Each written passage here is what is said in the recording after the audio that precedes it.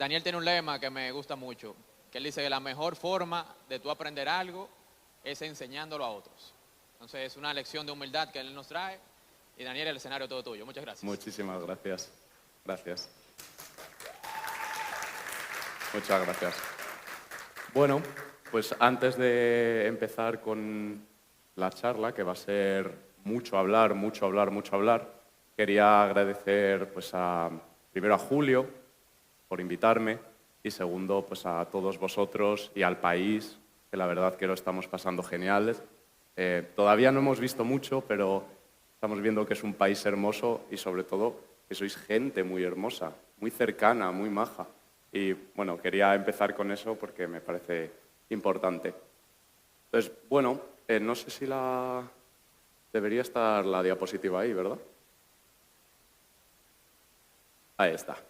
Vale, pues la charla efectivamente se llama Understanding a Payload Life. Muy breve sobre mí. Como ya han dicho, mi nombre es Daniel López Jiménez. Ahí tenéis pues, mi Twitter, mi GitHub, mi YouTube. Y principalmente debéis saber que a mí me gusta mucho el sistema operativo Windows y Active Directory. Me he centrado mucho en entender cosas de estas tecnologías. Y bueno, actualmente estoy en la empresa NCC Group y soy miembro del equipo de Red Team de NCC Group. Y nos dedicamos exclusivamente pues, a hacer ejercicios. ¿Vale? Entonces, bueno, ¿cuál es el principal objetivo de esta charla? El objetivo es entender la vida de un payload. En este caso he elegido Meterpreter porque creo que todos los que estamos en seguridad ofensiva vamos a conocer Meterpreter. Pero lo importante que se debe entender es que este conocimiento, a pesar de que nos estamos centrando en Meterpreter, va a ser extrapolable a probablemente todos los Command and Control modernos a día de hoy. Cobalt Strike, Nighthawk, Brute Ratel, etc. Todos ellos tienen ciertas cosas en común y todos ellos están basados de alguna forma en lo que una vez creó Metasploit con Meterpreter. ¿Vale? Importante, esta charla está muy basada en uno de los vídeos de Rafael Match del curso que realizó Red Team Ops with Cobalt Strike. En uno de los vídeos, en el número 4, explica de una forma que a mí me encantó la vida útil de un beacon payload. Entonces, que sepáis que esta charla está basada en esa idea, en ese formato que hizo él. La agenda. Vamos a hablar al principio del todo sobre un poco la historia de cómo nacen los payloads, cómo nacen los payloads avanzados como Meterpreter. Vamos a hablar de terminología sobre payloads y exploits y a continuación ya vamos a continuar con cómo se generan estos payloads, cómo podemos insertar estos payloads en ficheros ejecutables y por último vamos a hablar de una técnica que se llama Reflective DLL Injection o Reflective Loading, que es algo que se sigue usando a día de hoy muchísimo. ¿Vale? Comenzando con Needing an Advanced Payload, pues debemos saber, vamos a poner un escenario, un ejemplo común en hacking. Imaginemos que tenemos una vulnerabilidad de corrupción de memoria, pues tradicionalmente, a día de hoy seguramente también pues, si hacéis máquinas de hack de box o lo que sea, pero bueno, hace décadas, si yo tenía una vulnerabilidad de corrupción de memoria, posiblemente iba a intentar explotarla para conseguir un CMD, como nos comentaba el compañero anterior, a lo mejor de un fichero de Office, genero un CMD y utilizo las funcionales del CMD para conseguir una reverse shell o lo que sea, ¿no? Pues Meterpreter y payloads como Meterpreter lo que buscaban era ir un paso más allá, no depender de los intérpretes de comandos como CMD y quitarnos de sus limitaciones. ¿Qué limitaciones? Pues, por ejemplo, la presencia del propio proceso. A nosotros como Red Teamers o como en seguridad ofensiva no nos interesa que haya un proceso CMD en un ordenador o en un laptop de un empleado que no usa CMD. Entonces, eso es un punto importante. Luego, intérpretes de comandos como CMD pueden estar restringidos por políticas de app locker o políticas en general que pueda tener una empresa. Y por último, con intérpretes de comandos estamos limitados a la funcionalidad del intérprete. Si el intérprete no tiene un comando para lo que nosotros queremos, pues tendremos que ejecutar otro proceso nuevo. ¿Vale? Por tanto, Meterpreter tuvo como objetivo cubrir esas limitaciones de forma que el payload no creara un nuevo proceso para ejecutarse, pudiera trabajar en entornos restringidos y pudiera extenderse en caso de que yo necesitara algo que todavía no estuviera implementado, ¿vale? Originalmente se llamaba Meta Interpreter. Es un intérprete de comandos también y sobre todo es una Remote Access Tool, un RAT, para controlar ordenadores remotos, ¿no? Está diseñado para ser un payload y con esto nos referimos a que se puede utilizar desde memoria, sin necesidad de escribir en disco, Meterpreter, y también pues, se puede utilizar tanto para vulnerabilidades de corrupción de memoria como para otro tipo de escenarios de ataque. Y no lo más importante, pero muy importante, se puede extender a través de las extensiones, ¿vale? Es modular. Meterpreter está integrado en Metasploit. Es interesante porque, aunque suene raro para alguna gente, Meterpreter, cuando tienes una sesión, es el servidor y Metasploit es el cliente, porque desde Metasploit es desde donde mandamos las órdenes a Meterpreter. Multiplataforma, multiarquitectura, pero nosotros nos vamos a centrar en el Meterpreter de Windows, escrito en C, C++, Assembly y Ruby en el lado de Metasploit, ¿vale? Entonces entramos ya en terreno un poco más hondo. Los componentes principales de Meterpreter son una cosa llamada Reflective DLLs, ¿vale? Las Reflective DLLs, lo importante que hay que entender es que se pueden cargar desde memoria sin necesidad de que la Reflective DLL esté escrita en el disco, en el ordenador víctima. El componente principal de Meterpreter se llama MetServer. MetServer está encargado de las comunicaciones con Metasploit y también está encargado de cargar extensiones, la sensibilidad de Meterpreter, ¿vale? Y por último, pues mencionar que MetServer por sí mismo no tiene ninguna cosa ofensiva, no tiene comandos ofensivos, pero ahí es donde entran las extensiones. Tenemos extensiones para interactuar con el sistema de ficheros, con el operating system, con WMI, tenemos incluso una extensión de Mimikatz que se llama Kiwi, y todo esto podemos cargarlo dinámicamente conforme necesitemos algo, pues si hay una extensión que nos lo cubra, podemos cargarla. Esto es un diagrama que explica un poco la arquitectura general. Digamos que nosotros seríamos aquí en la red del atacante, esa sería la red de la víctima. De alguna forma hemos conseguido ejecución de comandos. Entonces, como veis, el código de Meterpreter está dentro de un proceso. Puede ser Office, puede ser el proceso que sea. Está diseñado para que si yo tengo la posibilidad de inyectar código, puedo inyectar Meterpreter. MetServer se encarga de la comunicación con el cliente, con nosotros, y luego, pues dependiendo las necesidades, tendremos una o más extensiones. Entonces, aquí me imagino que muchos estaréis pensando, sí, Meterpreter en su día era genial, pero a día de hoy los antivirus detectan Meterpreter, los EDRs, si consigo saltarme el antivirus, a lo mejor el EDR me escanea memoria y me detecta Meterpreter, los módulos de Metasploit son detectables por hasta el peor antivirus. Bueno, pues sí, al final este payload cubrió una necesidad en su día, que era cubrir esas limitaciones de las que habíamos hablado, pero por supuesto estos últimos años, con los EDRs, con todo el avance de la parte Blue en general, pues desde luego no se puede utilizar Meterpreter tal y como está en GitHub. A día de hoy lo que necesitamos es adaptarnos. Pero esto no es solo con Meterpreter o Metasploit. Esto es con cualquier herramienta pública.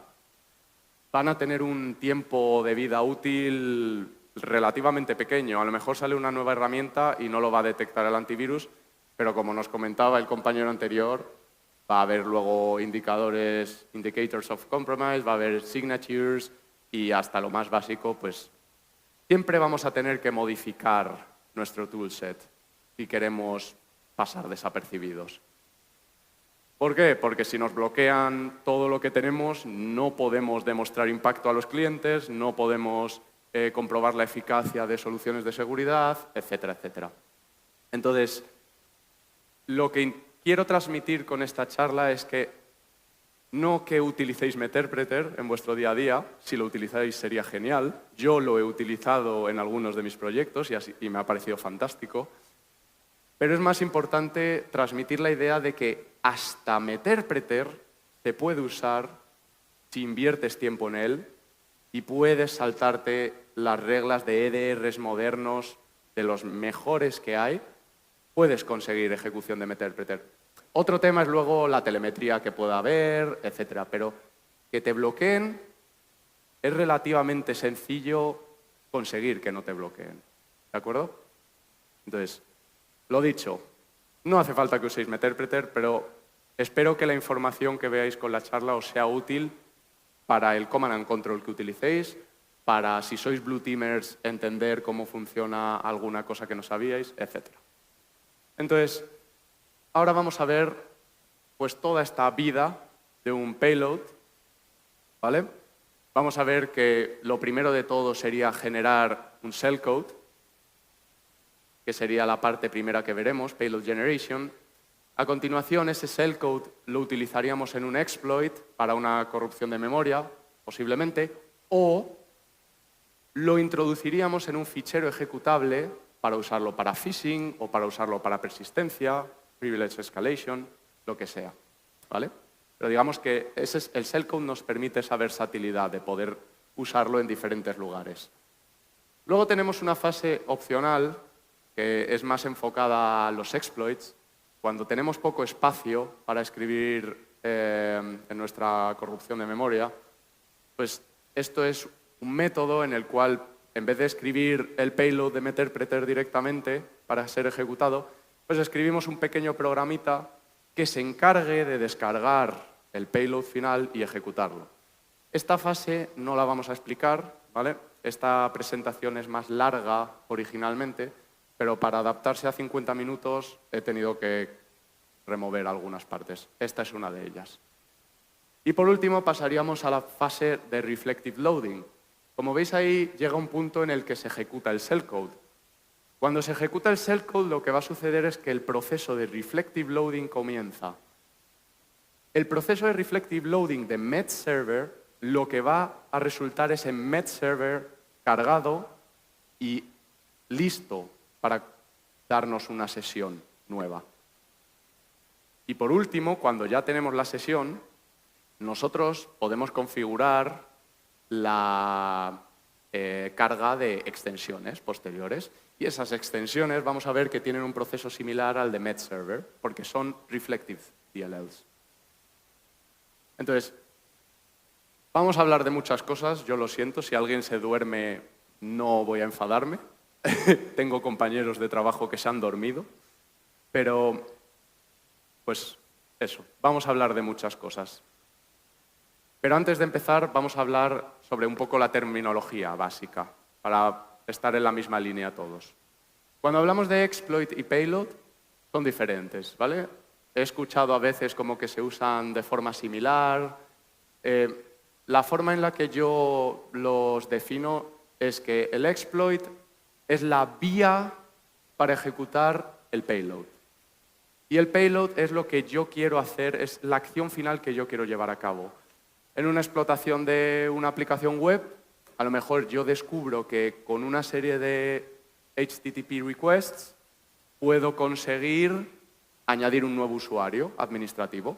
Pues ahí esas HTTP requests podrían ser el exploit y añadir el usuario sería el payload o cambiar la contraseña de otro usuario, lo que sea. Esto es un dibujo que me hizo mi padre, se lo pedí específicamente para esta charla y creo que define muy bien la diferencia. El exploit vendría a ser el tirachinas, no sé si tirachinas se llama aquí, nosotros tirapiedras, gracias. Entonces, el tirapiedras por sí mismo no ataca, no hace nada, simplemente te permite tirar la piedra y la piedra es lo que de verdad hace daño.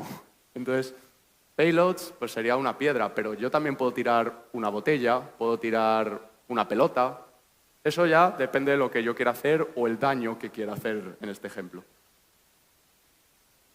Nosotros nos vamos a centrar porque, claro, dependiendo de la vulnerabilidad, no siempre el payload va a ser shellcode. Si es una vulnerabilidad en una base de datos SQL, puede ser una serie de código SQL. Pero nosotros nos vamos a centrar en la parte de arriba. Vamos a centrarnos, pues eso, en escenarios donde podamos ejecutar shellcode. ¿De acuerdo? Y dentro de estos escenarios es donde se introducen pues, los payloads en memoria, como Meterpreter. Tanto Meterpreter como muchos módulos de Metasploit van a poder ejecutarse desde memoria sin necesidad de andar escribiendo o subiendo ficheros al sistema objetivo. Y todo esto es gracias, no solo, pero en gran parte, al uso de Reflective DLL Injection, como comentábamos. ¿Por qué se usa esta técnica todavía a día de hoy? Porque las Reflective DLL son cómodas de desarrollar en comparación a escribir shellcode por cada herramienta que quieras hacer. Y lo bueno es que yo puedo tener una Reflective DLL de Mimikatz, una Reflective DLL de muchas herramientas y todas ellas las puedo ejecutar de la misma forma, con la misma técnica. Entonces, como atacante me facilita la tarea. ¿Vale? Reflective DLL Injection, como hemos comentado, pues técnica para ejecutar DLLs nativas desde memoria. Y también se puede extender a exes, ¿vale? En general a PEs, archivos PE. Y es importante destacar que esto no es específico de Metasploit o de Meterpreter. Como hemos comentado al inicio, esta técnica es utilizada por agentes muy modernos de Command and Control. Lo único que la implementación de los agentes modernos pues, está modificada de una manera para que sea más evasiva, ¿vale? Pero está todo basado en lo mismo. Entonces, aquí podemos ver cómo la implementación original la realizó Stephen Fewer, luego Metasploit tiene su propia implementación para Meterpreter, ahí en Rapid7, pero luego podemos ver cómo Cobalt Strike utiliza con su agente Beacon Reflective DLL Injection, has a lot of flexibility in its reflective loading foundation. Podemos ver cómo Brute Ratel usa Reflective DLL Injection, podemos ver cómo Nighthawk usa Reflective DLL Injection, Havoc tiene la posibilidad de usar Reflective DLL Injection, etc. Entonces, pues esa terminología, esa introducción para antes de comenzar a la parte dura de la charla. Entonces, ahora vamos a movernos a cómo Metasploit genera payloads de Meterpreter.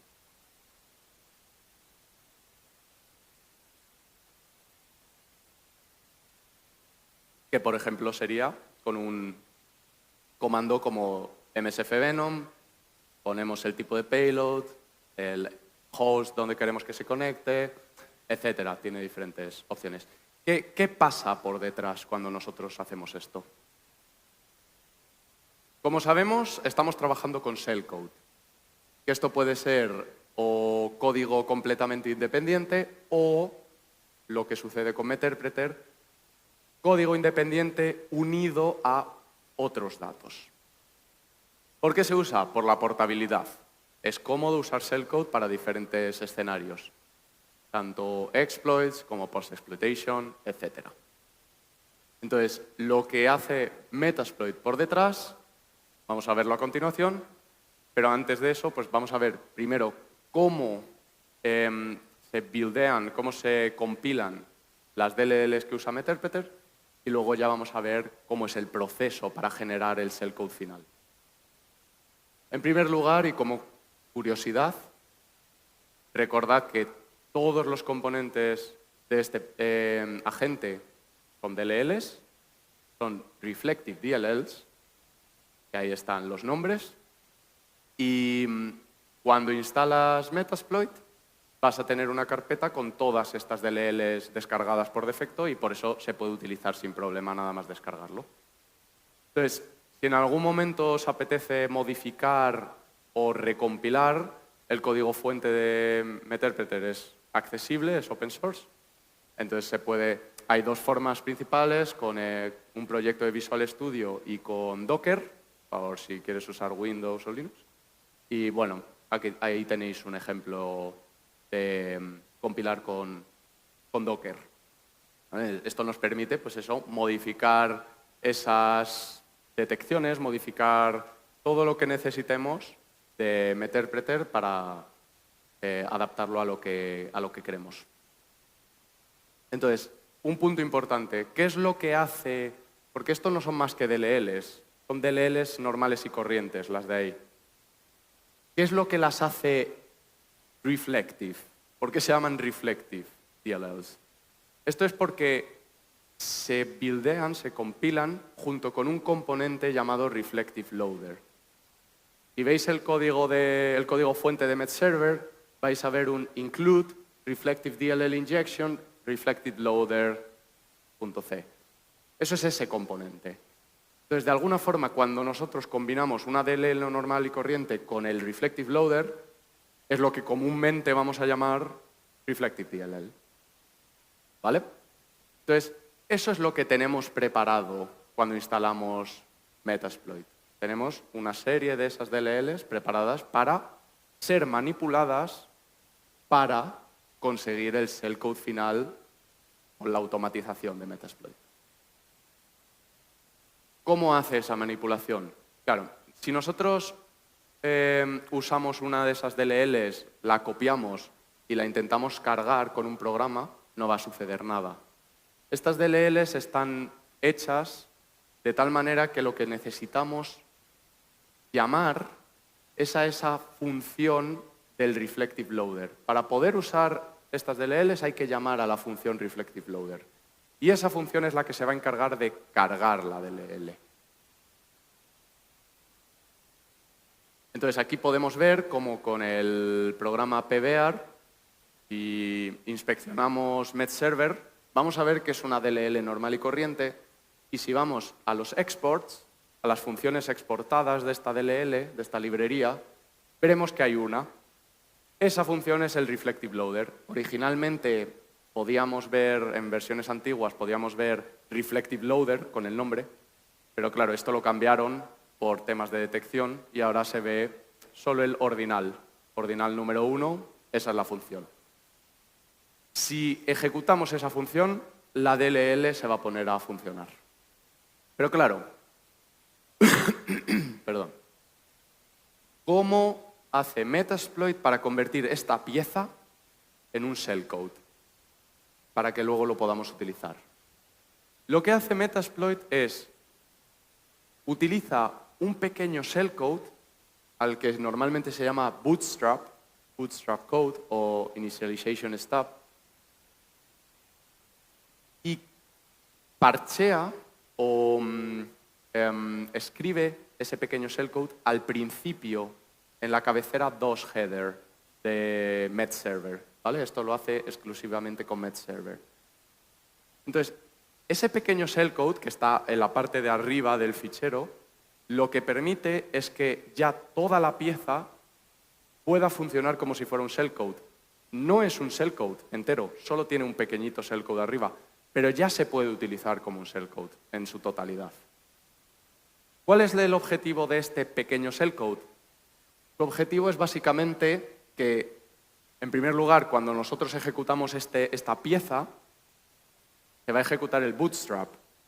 Y el bootstrap, una de las funciones principales que va a tener es buscar y llamar a la función exportada reflective loader. Entonces ya es un shellcode y ese shellcode se llama a la función y se carga a sí mismo. Es independiente en ese sentido. Aquí podemos ver cómo la DLL original de MedServer, esa es la cabecera 2 header, veis que está con un montón de puntitos, está vacía, es una cabecera normal, pero cuando nosotros generamos un shellcode con MSF Binom, vamos a ver que nos lo rellena. Ese es el bootstrap. Y eso es lo que convierte la DLL en un shellcode.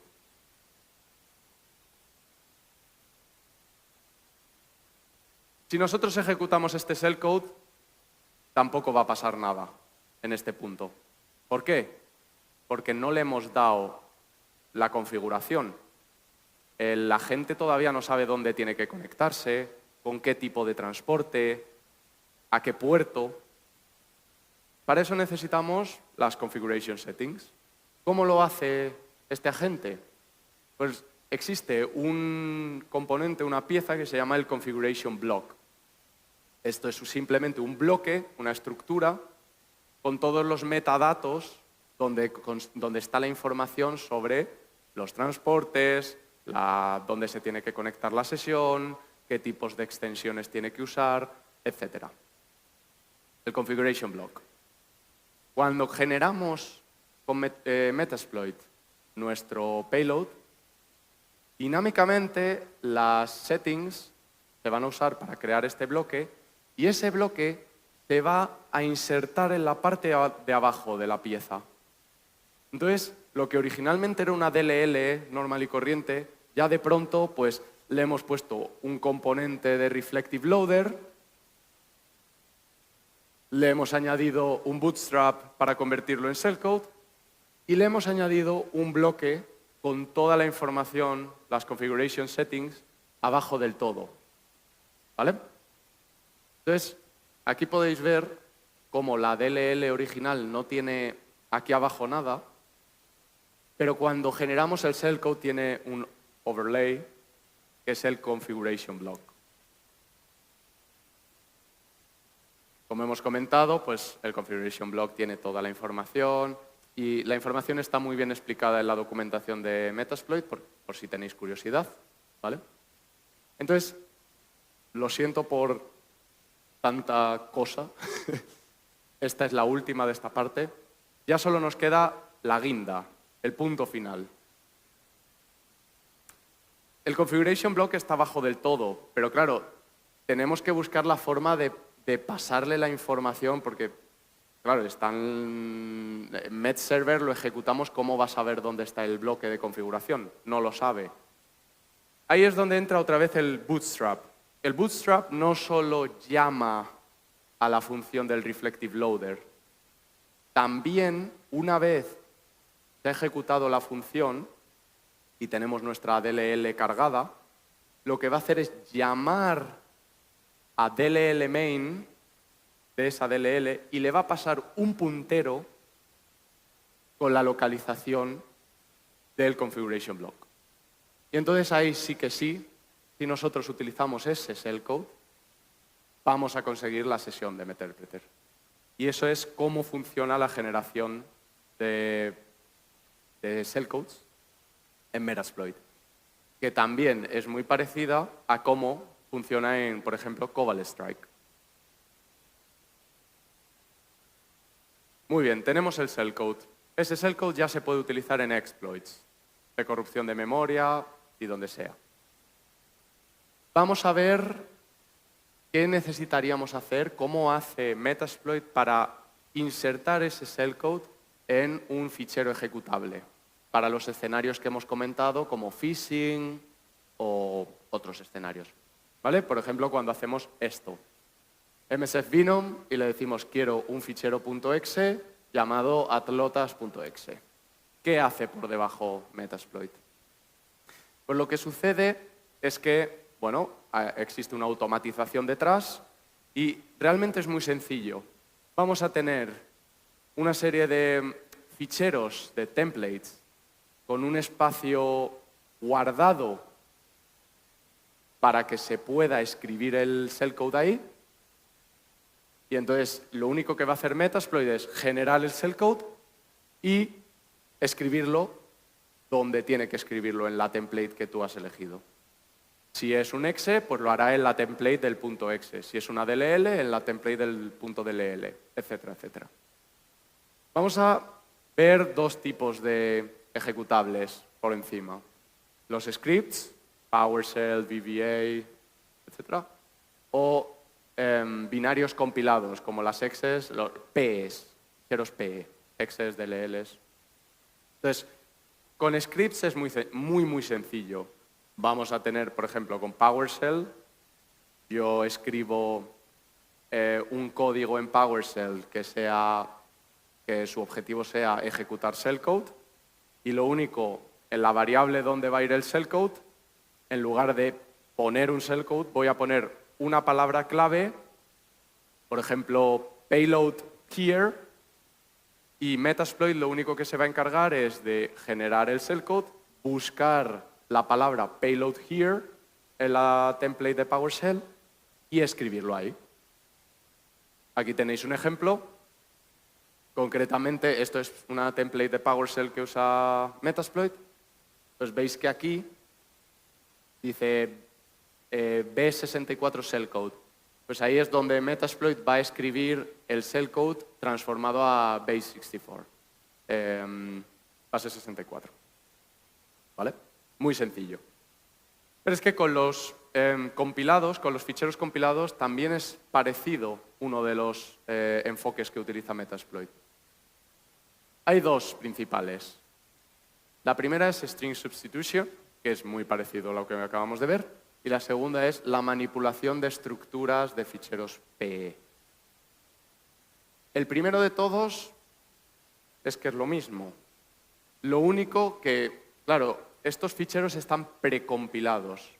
Lo que sucede es que yo voy a tener una template en C++, por ejemplo, voy a crear un buffer de datos con un tamaño específico, lo suficientemente grande para contener el shellcode, porque si no lo hago lo suficientemente grande y luego escribo el shellcode, va a pisar, va a romper el fichero, entonces tengo que asegurarme de eso.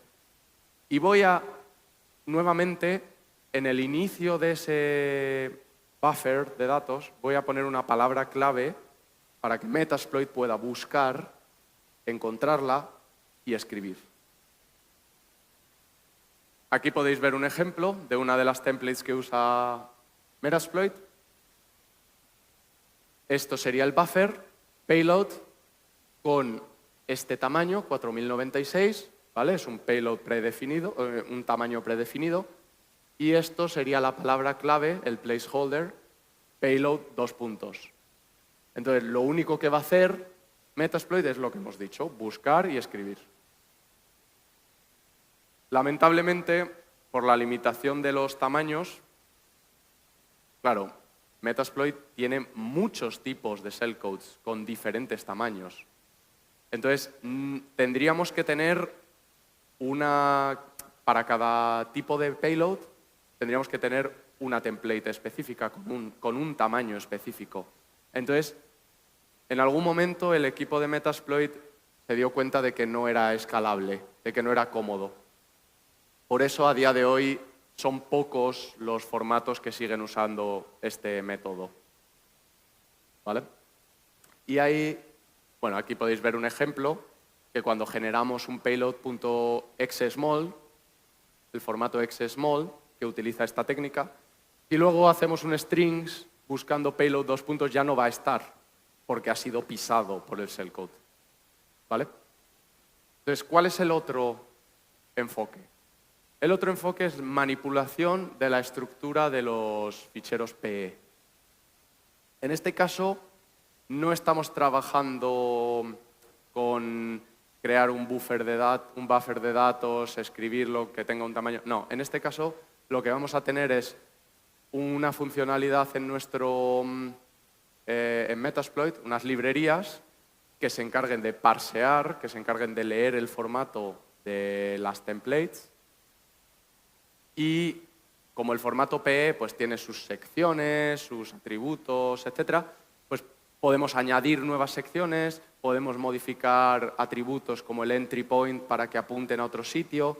Entonces, esto tiene la ventaja de que no necesitamos utilizar palabras clave, no necesitamos tamaños predefinidos, se puede simplemente manipular y recomponer. Descomponer el fichero, añadirle el payload de la forma que sea, recomponerlo y funciona.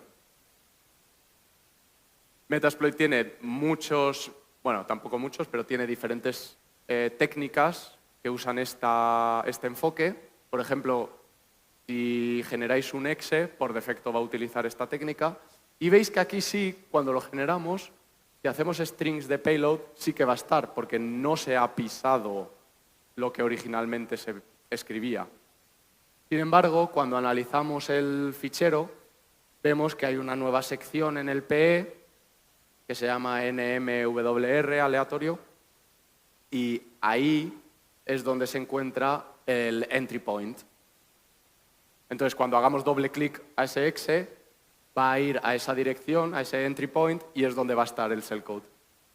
Entonces, es otro enfoque.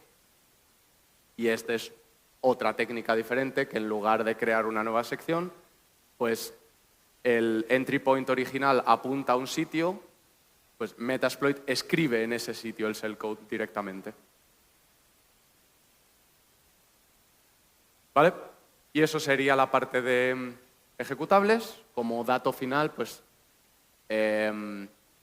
supongo que es una cosa conocida, pero MSF Venom se puede utilizar también para transformar código en diferentes formatos y demás, como curiosidad. Entonces, nos acercamos ya al final, poco a poco. Meterpreter ya sabemos cómo genera los shellcodes. También entendemos cómo inserta esos shellcodes en ficheros ejecutables finales. Entonces, ahora vamos a ver qué es lo que sucede cuando ya se ejecuta el shellcode y comienza el proceso de reflective loading. Y para ello, ¿qué serían estas fases que vemos ahí? Para ello vamos a recapitular un poco porque hemos hablado de muchísimas cosas. Componentes principales de Meterpreter, Reflective DLLs, tanto MetServer como las extensiones. Las Reflective DLLs se pueden cargar desde memoria, no hace falta escribirlas en disco. Las Reflective DLLs son DLLs normales y corrientes que han sido compiladas junto a un componente Reflective Loader, que no es más que un loader portable de ficheros PE. Esto es importante porque cuando hablamos del Reflective Loader no es más que una implementación de Load Library, la función original de Windows Load Library, que se encarga de cargar DLLs nativas, pues el Reflective Loader no es más que una reimplementación de Load Library quitando la limitación de que tengan que estar escritas en disco. ¿Vale? Recordamos que sería algo como esto. Entonces, sabemos que cuando llamamos a la función Reflective Loader, de alguna forma va a suceder magia y la DLL se va a cargar. ¿Vale? Pues lo que sucede es básicamente que el Reflective Loader va a copiar la DLL original a nueva memoria y va a llamar a su entry point. ¿Vale? Lo vamos a ver ahora a continuación. Claro, las Reflective DLLs tradicionales lo hacen de tal forma que existe la función exportada. Si da tiempo, vamos a ver que las más modernas implementaciones no necesitan esto. Estas DLLs no se pueden usar como si fueran shellcode. Para eso necesitamos utilizar el Bootstrap, el pequeño código arriba del todo. Con el Bootstrap conseguimos que ya todo funcione como si fuera un shellcode y podemos hacerlo de una forma más flexible. ¿Vale?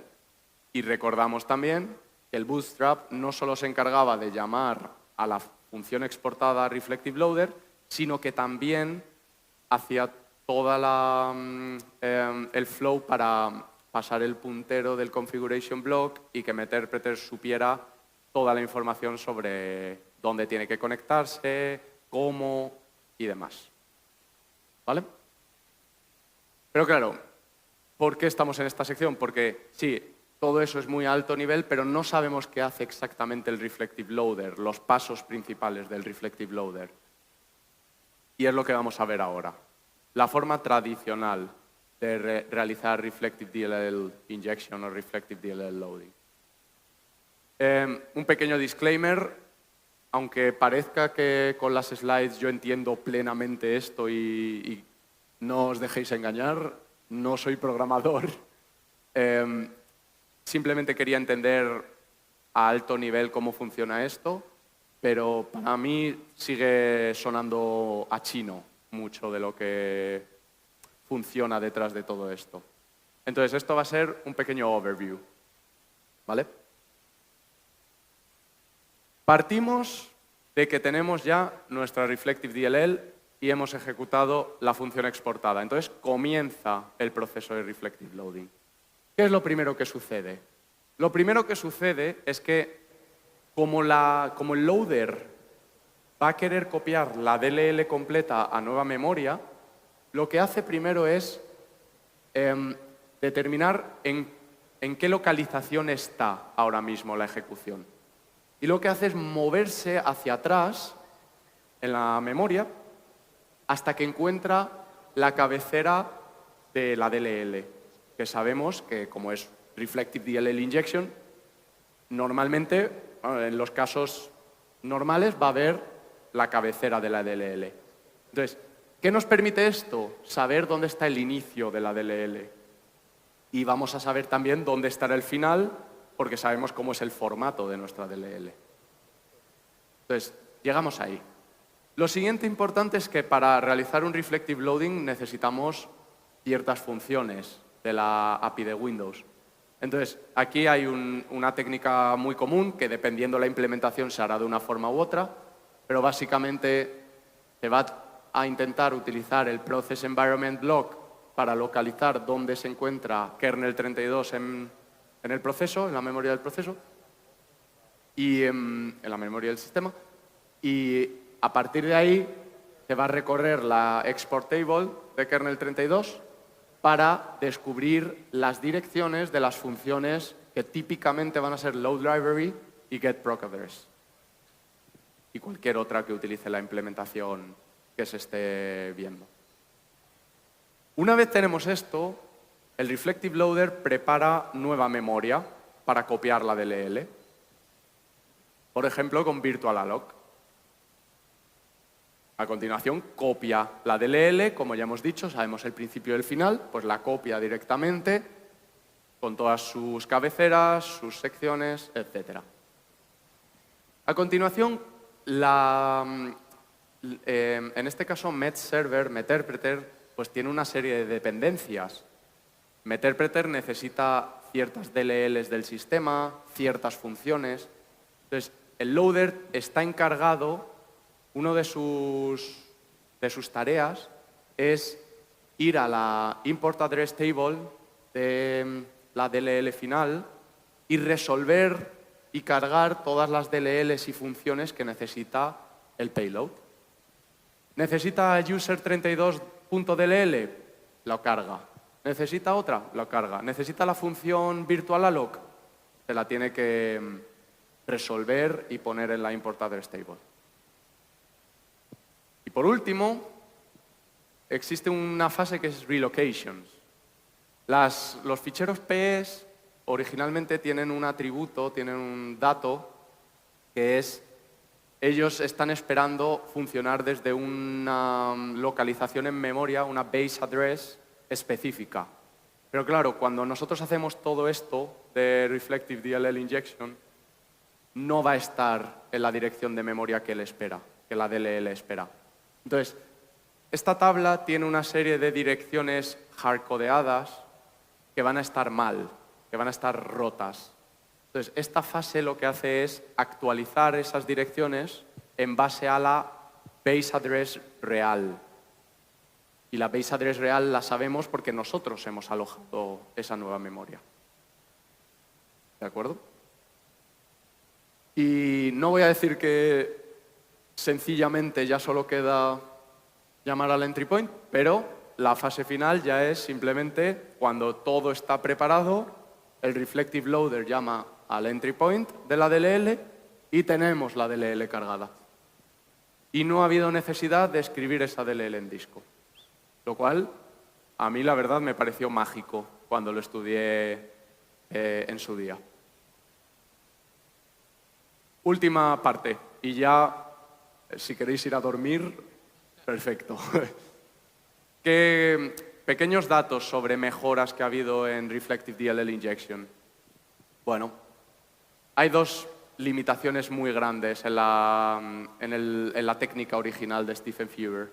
Necesitamos el código fuente de la DLL que queremos convertir en Reflective, porque recordad que tenemos que compilar el código con el componente loader.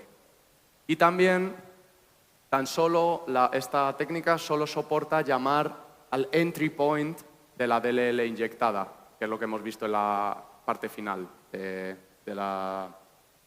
esto. Solo permite llamar al entry point. Si esta DLL tuviera otra función aquí que se llamara execute me, esta técnica tradicional no podría llamarla, no tiene implementada esa lógica. Entonces, ha habido gente muy lista que ha conseguido realizar otras implementaciones cubriendo esas limitaciones. Dos personas específicas, Dan Staples, arregló el problema de que solo se pudiera llamar al entry point, y Nick Landers arregló el problema de necesitar el código fuente con otras alternativas de Reflective DLL Injection. Entonces, Dan Staples lo que hizo fue, para arreglar el problema del entry point, pues si el Bootstrap ya hacía 2 tareas, pues Dan Staples consiguió que hiciera 3 tareas. Llamar a la función exportada, el configuration block en el caso de Meterpreter, y llamar a la segunda función que se quiera llamar. ¿Vale? Justo lo que he explicado. Y Nick Landers lo que hizo fue, para no necesitar el código fuente, con cada herramienta que quisiéramos convertir en Reflective DLL, lo que hizo fue convertir el Reflective Loader a shellcode, a formato shellcode. Entonces, al ser ya shellcode independiente, se puede jugar y no necesitamos el código fuente.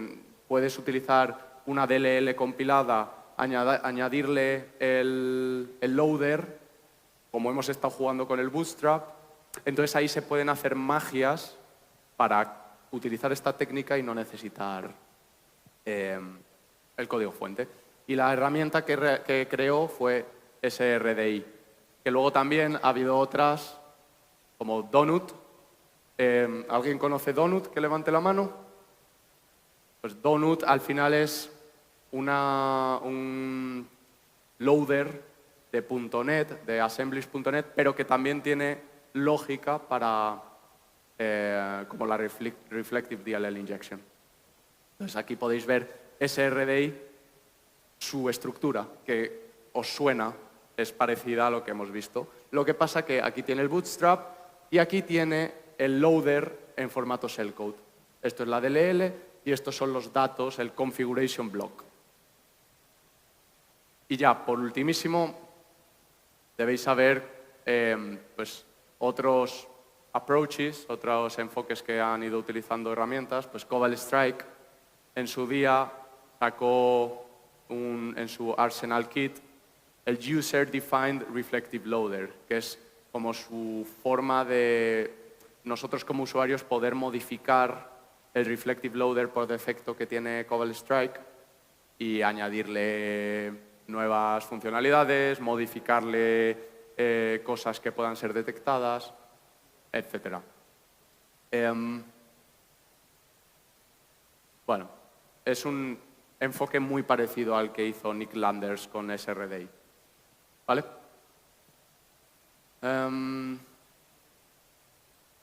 Interesante, hay implementaciones en Internet de diferentes personas que han ido haciendo User-Defined Reflective Loaders para Cobalt Strike. Aquí hay personas específicas, I Love to Pound, 0xBoku, Kyle Avery o Spider. Y bueno, es muy interesante ver los pequeños cambios que han ido haciendo a la receta original de Stephen Feuer. ¿Vale? Y también están estos posts de Bobby Cooks que explican, incluso en más detalle de cómo lo hemos visto aquí, todo el proceso de Reflective Loading. lo que comentábamos de Donut, otro ejemplo de misma historia, mismos procedimientos de otra forma. Y luego Nighthawk. ¿Alguien conoce Nighthawk como Command and Control? Pues Nighthawk también le ha dado una vuelta más al Reflective Loading y en lugar de depender del Load Library para cargar dependencias, ellos tienen su propia implementación del Load Library.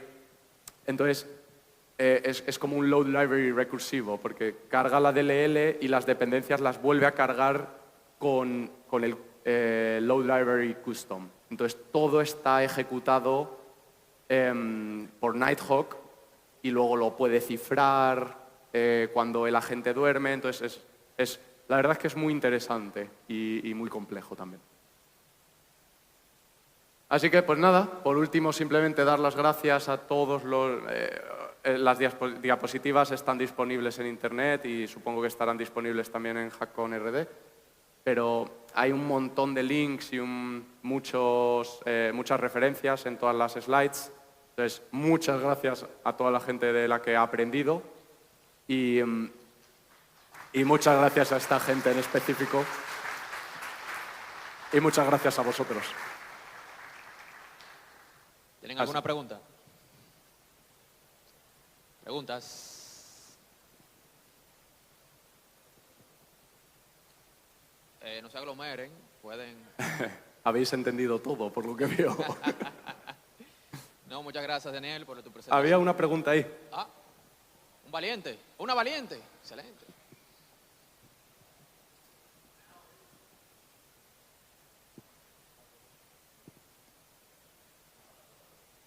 Hola. Hola. ¿Existe una forma o sería contraproducente bloquear que la DLL haga una llamada al espacio de memoria que es, ¿cómo se llama? El Reflect Loader. ¿Puedes repetir? Perdón, no. O sea, que si existe una forma o si es contraproducente bloquear que la DLL haga un nuevo llamado al Reflect Loader. Que la DLL llame de nuevo al Reflective Loader. Ajá. Una vez ya se ha llamado Ajá. originalmente. Sí, ¿Con qué objetivo? con el objetivo de que no puedan explotar esa ¿Con el objetivo de que no puedan? de que no puedan insertar código dentro de la DLL. Pues no sé responder a la pregunta, la verdad. No, es un escenario que nunca había pensado. No sé cómo responderlo, lo siento. De tarea se queda eso. Sí. Lo dejamos de tarea. ¿Otra pregunta ya? ¿Cobalt Strike o Metasploit? ¿Cobalt Strike o Metasploit? Yo uso Cobalt Strike. Nosotros en nuestro equipo principalmente usamos Cobalt Strike. Pero ha habido algún proyecto que yo por mi cuenta y sin decírselo a mucha gente he usado Metasploit, Meterpreter, y ha funcionado muy bien. Es cierto que Cobalt Strike está supported, siguen sacando actualizaciones, es de pago, entonces pues tienes todo ese soporte. Metasploit va más lento, está más antiguo. Yo es que tengo mucho amor por Metasploit y por Meterpreter, pero si tengo que elegir para trabajar en Red Teaming, Cobalt Strike. Mi gente, un fuerte aplauso para Daniel, por favor. Muchas gracias. Daniel, tú nos habías dicho que esta presentación es un poco más larga. Quizás en tu blog tú la tendrás completa. ¿O? Sí, exacto. Perfecto. Exacto. En el blog está todas las slides y se puede ver todo. Eso es. Sí, también siento que te menosprecias la presentación diciendo que es muy aburrida y que se duermen. Realmente, ampliando la respuesta que dio Daniel, al final del día, si uno quiere aprender y subir el nivel en esto, en seguridad, esta es la mejor forma. Eso no es solo una forma de mostrarte acerca de Reflect, loading ni esas tácticas, sino también la mentalidad que tienen que tener para saber cuál herramienta funciona y que muchas veces ni siquiera es la herramienta que ustedes utilizan, sino la táctica y la técnica, y tienen que entenderla. Sí. Entonces, muchísimas gracias, Daniel, Muchas por esa gracias. tan buena presentación, tan técnica, bueno para mostrar los términos de la manera sencilla.